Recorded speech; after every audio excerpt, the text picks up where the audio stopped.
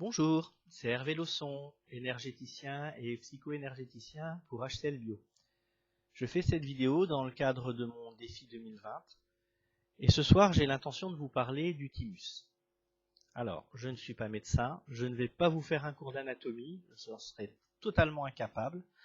Je vais vous parler du thymus d'un autre point de vue, d'un point de vue psycho-émotionnel. Alors, je vais quand même vous faire un petit topo rapide sur ce qu'est à peu près le thymus.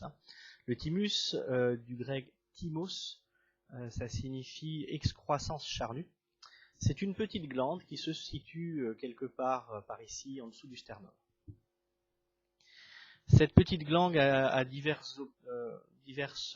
usages au niveau médical, niveau physiologique et biologique, notamment au niveau immunitaire et lymphatique. Enfin, voilà, après, c'est pas du tout le domaine. Moi, je vais vous en parler d'un point de vue psycho-émotionnel, donc vraiment sur la gestion des émotions. Puisque si vous vous intéressez un petit peu à la médecine chinoise, médecine traditionnelle chinoise et notamment à la médecine énergétique chinoise, à l'acupuncture, au qigong, à ces choses-là, tout ce qui est acupression, etc. Vous allez vous rendre compte que les organes, outre leur fonction biologique, physiologique, ont également un rôle émotionnel, notamment quand ils sont en surcharge d'énergie ou en manque d'énergie. Voilà. Donc chaque organe a un peu ses spécialités, et donc là on parle vraiment au niveau émotionnel et non pas au niveau physiologique, je le rappelle. Donc le thymus, c'est une petite glande qui pèse 15 grammes à la naissance.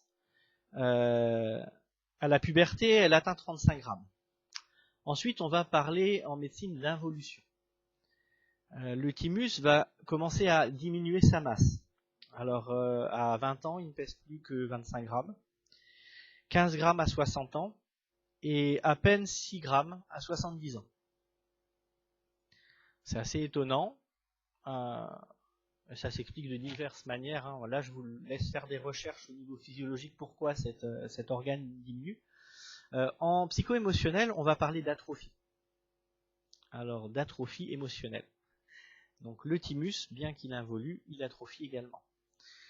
Cette atrophie, on pourrait la mettre sur le dos des programmes erronés qu'on nous inculque souvent de toute bonne foi dans notre éducation, dans notre culture, etc. Toutes les choses qu'on nous a fait taire quand on était enfant et par la suite ne pas dire telles émotions, ne pas pleurer, ne pas crier, ne pas dire la vérité. Voilà, toutes ces petites choses-là ont tendance à nous faire ravaler nos émotions et à ne pas les exprimer, et donc il y a quelque part une atrophie qui se fait au niveau de l'énergétique de cette glande. Donc le thymus, à quoi il va servir? Il va servir à faire circuler les émotions. Ce qui est amusant, c'est de voir que le premier qui a parlé du thymus, c'était Galien, au 2e ou 3e siècle de notre ère, qui mettait dans le thymus le siège de l'esprit et de l'âme. Ça me plaît beaucoup cette image, bien que ça a été totalement modifié comme observation par la suite, d'un point de vue physiologique. On se rapproche quand même beaucoup de la version asiatique du côté émotionnel de l'organe. Voilà. Donc ce thymus, à quoi il va vous servir? Alors pour ça, je vais vous donner déjà 2 petits exemples verbaux. Quand vous avez quelque chose qui vous reste en travers de la gorge, quelque chose que vous n'arrivez pas à avaler, une émotion que vous n'arrivez pas à avaler, pas à digérer, ça coince là. Alors souvent ça gratte dans la gorge, ça crée des glaires, ça peut faire plein de petites choses, ça nous oblige à nous racler la gorge, tout un tas d'émotions qui passent pas. Alors ça peut aussi se traduire par des difficultés à digérer physiquement les aliments. Bien, le thymus va avoir cette possibilité de faire descendre cette émotion, de l'avaler, de la digérer, de lui faire prendre son chemin naturel. D'un autre sens, si on part du cœur, toutes les émotions qui nous pèsent sur le cœur, tout ce qui nous reste sur le cœur, on a besoin de l'exprimer. Ça nous reste sur le cœur parce que ça sort pas, parce qu'on n'est pas capable de le dire, ou parce qu'on n'ose pas le dire, parce qu'on a peur de blesser l'autre, parce que parce que ça se fait pas, parce qu'on nous a enseigné qu'il fallait pas le faire, eh bien, tout ce qui nous reste là sur le cœur, ça nous pèse, ça nous étouffe. Il faut que ça sorte d'une manière ou d'une autre. Donc le thymus va nous permettre de faire sortir ces émotions. Non pas pour aller cracher notre venin au visage du premier venu, pour voler dans les plumes, etc., mais pour vraiment trouver le moyen d'exprimer, ne serait-ce que face à soi-même, ne serait-ce que par des larmes, par un cri, par une expression artistique, une manière de faire sortir les choses.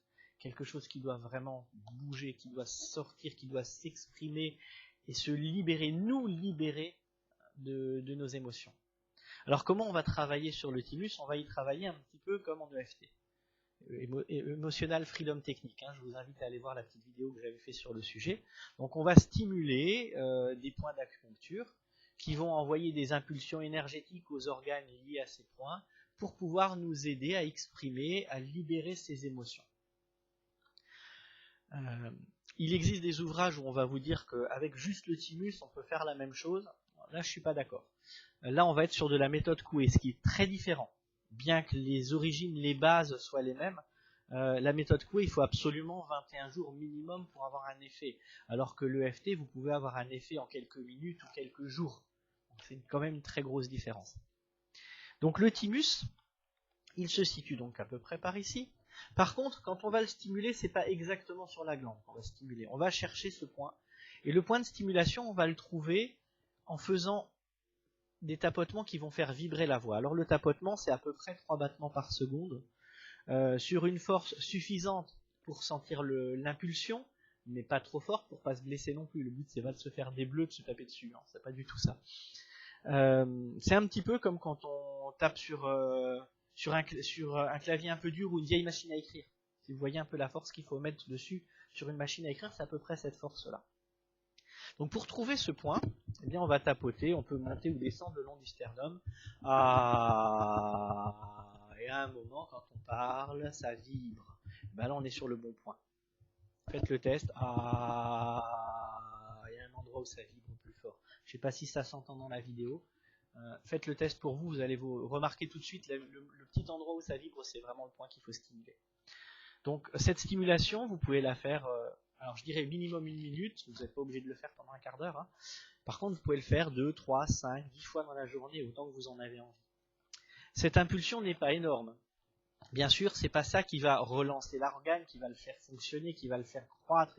Non, ça marche pas comme ça. Mais d'un point de vue énergétique et émotionnel, vous allez envoyer cette petite impulsion que vous allez pouvoir retrouver avec de l'acupuncture, avec de l'acupression, avec des diapasons, avec différentes autres méthodes sur d'autres points d'acupuncture. Vous allez stimuler, envoyer une toute petite impulsion qui va faire vibrer l'organe. Et alors cette vibration, elle est suffisante sur le nombre de répétitions qu'on va faire et le nombre de fois qu'on va le faire, pour petit à petit faire circuler cette émotion dans un sens ou dans l'autre, qu'elle soit avalée et à digérer ou qu'elle soit à sortir et à exprimer. N'oubliez pas que tout ce qui ne s'exprime pas s'imprime et donc vous fait mal, donc c'est important d'exprimer les choses. Et puisque vous ne pouvez pas avaler, qui ne digère pas, ça joue sur votre système digestif. Donc c'est important de bien digérer les émotions que l'on reçoit, quelles qu'elles soient. Même si c'est parfois très compliqué, je dis pas qu'une émotion est facile à exprimer d'une manière ou d'une autre, il va y avoir quelque chose à sortir. Mais il faut que ça sorte, il faut que ça passe, il faut que ça circule. Voilà. Donc moi je vous encourage vraiment à tester. Voyez ce que ça fait pour vous. Si vous avez déjà testé l'EFT, vous allez certainement très vite remarquer les équivalences et l'efficacité de cette pratique. Sinon, testez simplement. Vous verrez le pire qui puisse arriver, c'est qu'il ne se passe rien. Voilà. Donc, si ça marche, vous saurez qu'il y a quelque chose à faire. Tout ne passe pas par ce point-là, on est d'accord. Par contre, il y a beaucoup d'émotions qui peuvent se digérer ou s'exprimer grâce à cette petite stimulation du thymus. C'est vraiment quelque chose que je fais stimuler systématiquement avant un travail de psycho-énergétique pendant une séance, parce que ça aide vraiment les clients qui viennent me voir à sortir ces émotions qu'ils n'osent pas forcément sortir ou qui, même forcément, parfois, ils ne savent même pas qu'elles sont là. Donc c'est quelque chose qui va se remarquer très très rapidement. Donc testez-le et puis vous verrez bien, comme je vous dis, tout est énergie. Donc cette petite énergie que vous allez mettre là-dedans, Elle va faire travailler quelque chose et puis bah, elle devrait vous aider à aller mieux. Voilà. En tout cas, si vous avez quelque chose qui ressort et que vous ne savez pas le gérer, bah, vous pouvez aller voir un professionnel, vous pouvez aller voir un psychologue, un psychiatre, vous pouvez aller voir un sophrologue, vous pouvez aller faire de la relaxation, vous pouvez venir avoir un psycho-énergéticien comme moi. Il y a plein de méthodes pour travailler. Voilà, c'est simplement après à vous de voir. La plupart des petites choses, vous allez pouvoir les gérer toute seule grâce à cette petite stimulation. Bien. Alors, je vous laisse là pour ce soir. On a fini avec le thymus. Je vous invite à mettre un petit pouce si vous avez aimé, un petit commentaire si vous avez une question. Si je suis capable de vous répondre, je le ferai avec grand plaisir. Et puis bien, à très bientôt pour une nouvelle vidéo. Ciao, ciao!